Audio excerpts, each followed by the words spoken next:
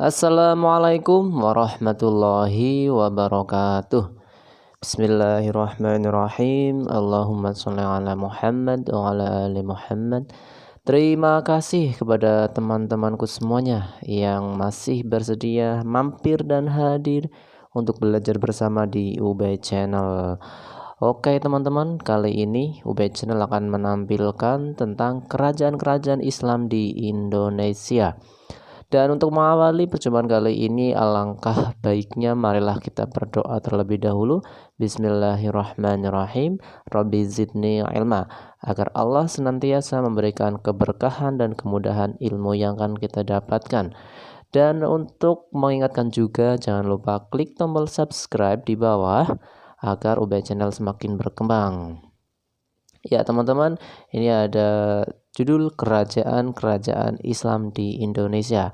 Ya, setelah sebelumnya kita mempelajari kerajaan Islam di luar Indonesia, ya dari Timur Tengah ke India, ke Iran dan seterusnya, kita sekarang masuk ke negara kita yaitu Indonesia.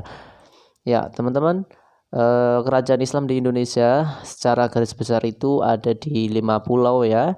Ada di Sumatera, ya, ada di Jawa, ada di Kalimantan, Sulawesi dan Maluku. Ya, kita langsung ya yang pertama ada di Sumatera ya. Sebenarnya kerajaan di Sumatera itu banyak teman-teman ya, dan ada yang mengatakan kerajaan tertua itu adalah Samudra Pasai. Nah, sebenarnya ya Allah alam, hanya Allah yang tahu ya, karena terkait dengan sejarah kita nggak bisa memastikan, tentunya akan muncul fakta-fakta baru gitu ya. Ada yang mengatakan Samudra Pasai adalah kerajaan tertua, tapi ada yang mengatakan juga enggak. Ada nanti kerajaan Perlak, ada kerajaan lain-lain gitu ya. Nah, tetapi di sini kita tidak akan membahas tentang perbedaan itu. Kita membahas yang sudah umum, yaitu kerajaan Samudra Pasai dan kerajaan Aceh Darussalam. Kerajaan Samudra Pasai ini bisa dilihat jejak peninggalannya ya teman-teman ya. Ini bisa dilihat, ini menjadi bukti sejarah bahwasanya pernah ada dari kerajaan Samudra Pasai. Kerajaan Samudra Pasai didirikan oleh Sultan Malik As-Soleh atau dengan sebutan Merah Silu, dan sekaligus sebagai raja pertama pada abad ke-13. Kerajaan Samudra Pasai terletak di sebelah utara Perlak di daerah Lok Sumawe. Kerajaan Samudra Pasai dapat dikatakan sebagai awal bangkitnya kerajaan Islam di Indonesia, sebab Samudra Pasai merupakan kerajaan. Nah, ini menjadi titik tolak kebangkitan Islam di Indonesia. Nah, ini raja-rajanya. Ada Sultan Malik As-Soleh yang merintah sampai tahun 1207. Ada Muhammad Malik Al-Dhohir, Mahmud Malik Al-Dhohir, dan yang terakhir adalah Sultan Zainal Abidin. Oke, selanjutnya yaitu di kerajaan Aceh. Ya, teman-teman, sorry tadi terlalu singkat. Jadi singkat cerita, kehancuran atau keruntuhan dari kerajaan Samudra Pasai itu salah satunya adalah dengan kedatangannya Portugis ya, kedatangannya Portugis ya. Setelah Portugis berhasil mengalahkan Malaka, maka berdampak pula kepada kerajaan Samudra Pasai. Nah, setelah Samudra Pasai itu kalah oleh Portugis, juga Samudra Pasai telah diakuisisi atau telah kekuasaannya diambil alih oleh kerajaan Aceh. Nah, pendiri kerajaan Aceh adalah Sultan Ibrahim ya, atau biasa dikenal Ali Mukhayat Shah. Setelah Malaka jatuh ke tangan Portugis di tahun 1511, pedagang Islam pindah berdagang di Aceh sehingga Aceh ramai. Barang dagangan Aceh adalah lada. Kerajaan Aceh mengalami masa kejayaan pada masa Sultan Iskandar Muda 1607 sampai 1636 Masehi, yang dapat meluaskan wilayah sampai ke Malaya atau Malaysia. Perluasan wilayah dapat digunakan untuk menguasai perdagangan dan menyebarkan agama Islam. Aceh mengalami kemunduran semenjak raja pengganti dari Sultan Iskandar Muda, dan Sultan Iskandar Sani merupakan tokoh yang lemah, sehingga mengakibatkan kerajaan Aceh juga ikut melemah. Nah, sekarang kita ke Pulau Jawa ya. Di Pulau Jawa itu juga ada kerajaan Islam yang pertama, yaitu Kerajaan Demak. Nanti Kerajaan Demak digantikan oleh Kerajaan Pajang. Juga nanti ada Kerajaan Pajang digantikan oleh Kerajaan Mataram. Di lain tempat Jawa Barat itu ada Kerajaan Cirebon dan Kerajaan Banten. Kita masuk ke kerajaan yang pertama, yaitu Kerajaan Demak. Kerajaan Demak secara geografis itu berada di Demak ya, di Jawa Tengah. Nah, ini sumber-sumbernya itu ada di salah satunya adalah Masjid Agung Demak, terus Pintu Bledek, Beduk dan Kentongan karya Wali Songo. Terus bisa dilihat Soko Tatal atau Soko Guru yang dibuat oleh Wali Songo ya, oleh salah satu dari Wali Songo. Terus ada Damper Kencana, terus ada situs kolam wudhu. Terus kita melihat dari sistem politiknya, Kerajaan Demak berdiri kira-kira di tahun 1478 Masehi dan Raden Patah sebagai raja pertama dengan gelar Senopati Jimbung Abdurrahman Panemahan, Palembang Sayyidin Panagtagama, dan Ki Wanapala sebagai patih dengan gelar Mangkurat.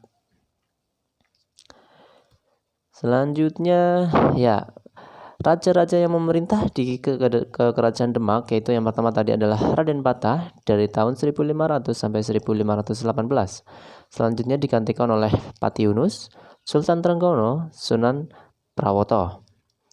Prawoto ya. Nah, puncak kejayaan itu Kerajaan Demak berkembang menjadi kerajaan besar di bawah kepemimpinan Raden Patah. Negeri-negeri di pantai utara Jawa yang sudah menganut Islam mengakui kedaulatan Demak. Bahkan kekuasaan meluas ke Sukadana, Kalimantan Selatan, Palembang, dan Jambi. Selanjutnya, karena ada berbagai permasalahan, akhirnya Kerajaan Demak lengser dan digantikan oleh Kerajaan Pajang. Setelah berhasil mengalahkan Arya Penangsang, Adiwijaya memindahkan pusat kerajaan Demak ke Pajang. Jaka Tingkir setelah menjadi raja bergelar Sultan Hadiwijaya. Oleh Jaka Tingkir, Kerajaan Demak dipindah ke Pajang dengan alasan 1. Kerajaan Demak akibat perang saudara. 2. Mendekati daerah subur seperti Klaten, Surakarta. 3. Menjauhi musuh-musuh politiknya. 4. Mendekati asal-usulnya yaitu Tingkir dan Pajang. Selanjutnya yang lain di Jawa yaitu Kerajaan Mataram. Kerajaan Mataram ini didirikan oleh Sutawijaya di yang 1886 sampai 1601. Nah, setelah meninggal, Sutawijaya ini dimakamkan di Kota Gede, Yogyakarta. Pengganti Sutawijaya antara lain Mas Jolang Panembahan Sedo Krapyak, Amangkurat I, Amangkurat II, Amangkurat III Sunan Mas, Amangkurat IV Pakubuwono.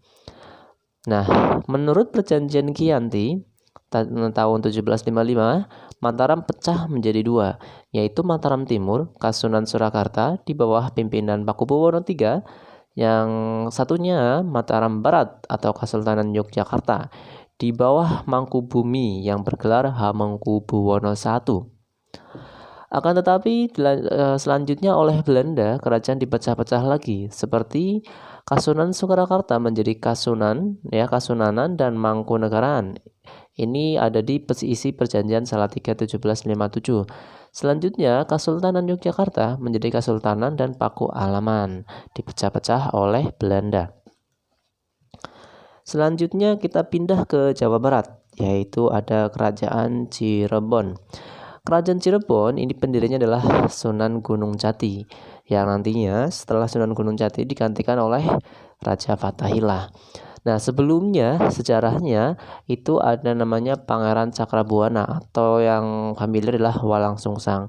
Walang Sungsang ini tampil sebagai Raja Cirebon pertama yang memerintah dari Keraton Pakungwati. Pada tahun 1479, kedudukan Pangeran Walang Sungsang sebagai penguasa Cirebon kemudian diganti putra adiknya yakni Syarif Hidayatullah. Syarif Hidayatullah ini adalah anak dari pernikahan Nyai Rara Santang atau Syarifah Mudaim dengan Syarif Abdullah dari Mesir dengan sebutan Gunung Jati. Sunan Gunung Jati pada abad ke-15 membagi wilayah antara Sungai Angke dan Sungai Cipunegara menjadi dua bagian dengan Sungai Citarum sebagai pembatasnya. Sebelah timur Sungai Citarum hingga Sungai Cipunagara masuk wilayah Kesultanan Cirebon yang sekarang menjadi Kabupaten Karawang, Kabupaten Purwakarta, dan Subang. Selanjutnya kita masuk ke Kerajaan Banten. Kerajaan Banten secara geografis itu terletak di ujung Pulau Jawa, yaitu di daerah Banten atau Jawa Barat. Pendiri Kerajaan Banten ini adalah Hasanuddin. Hasanuddin ini merupakan anak dari putra dari Sunan Gunung Jati, yang ketika dulu Sunan Gunung Jati menaklukkan daerah Banten dan setelah itu diberikan kepada putranya Sultan atau Maulana Hasanuddin yang mencapai kejayaan pada masa pemerintahan Sultan Ageng Tirtayasa. Raja-raja yang memerintah kerajaan ini adalah Panembahan Yusuf, Maulana Muhammad, Abu Mufakir, dan Sultan Ageng Tirtayasa. Selanjutnya, kehidupan ekonomi Kerajaan Banten bertumpu pada bidang perdagangan karena memiliki bahan ekspor penting, yaitu lada, sebagai daya tarik yang kuat bagi pedagang asing. Selanjutnya ke luar Jawa, yaitu ada di Pulau Maluku, ada di Pulau Sulawesi, ada di Pulau Kalimantan. Ya, yang pertama dari Kalimantan, yaitu ada namanya Kerajaan Banjar. Ini terletak di Kalimantan Selatan. Pendirinya adalah Pangeran Samudra atau Sultan Suryansyah. Perdagangan sebagai nadi ekonomi dengan dagangan berupa emas, manik-manik, dan kapur barus. Selanjutnya di Pulau Sulawesi itu ada Kerajaan Makassar. Ini yang terkenal adalah Sultan Hasanuddin ya, Sultan Hasanuddin. Di Makassar ada beberapa kerajaan, diantaranya adalah Kerajaan Goa, Talo, Wajo, Bone, Sopeng, dan Luwu. Perluasan wilayahnya ini dari Matos, Bulukumba, Mondar, Sulawesi Utara, Luwu, Buton, Selayar, Sumbawa, dan sampai Lombok. Selain itu ada juga di Pulau Maluku, yaitu ada Kerajaan Ternate. Kerajaan Ternate ini didirikan oleh Qolanobab Masyhur ya. Terus ada juga Sultan Zainal Abidin di tahun 1486 sampai 1500 Masehi. Kekuasaan wilayah itu dari Maluku, Sulawesi Utara, Sulawesi Timur, dan Sulawesi Tengah, bagian sampai ke bagian Filipina Selatan. Abad ke-15 Islam diadopsi secara total dan penerapan syariat Islam diberlakukan oleh Kerajaan Ternate. Selanjutnya, terselesai. Alhamdulillah. Selesai kita belajar tentang kerajaan Islam di Indonesia. Terakhir, marilah kita berdoa. Bismillahirrahmanirrahim. Allahumma sholli ala Muhammad. Ya Allah, ampunilah orang-orang yang telah memperjuangkan agamamu, terutama di Indonesia ini. Melalui mereka lah kami dapat mengenalmu hari ini. Karena perjuangan mereka lah kami anak cucunya mendapatkan kemuliaan darimu. Tempatkanlah mereka di sisimu yang termulia, dan jadikanlah kami sebagai generasi penerus perjuangan mereka, juga perjuangan Rasulullah. Amin ya rabbal alamin. Oke teman-teman, sekian penjelasan dari UW Channel. Bila ada kesalahan mohon maaf, dan silakan berikan kritik saran di kolom komentar. Sekian dari kami, wallahu a'lam bishawab. Wassalamualaikum warahmatullahi wabarakatuh.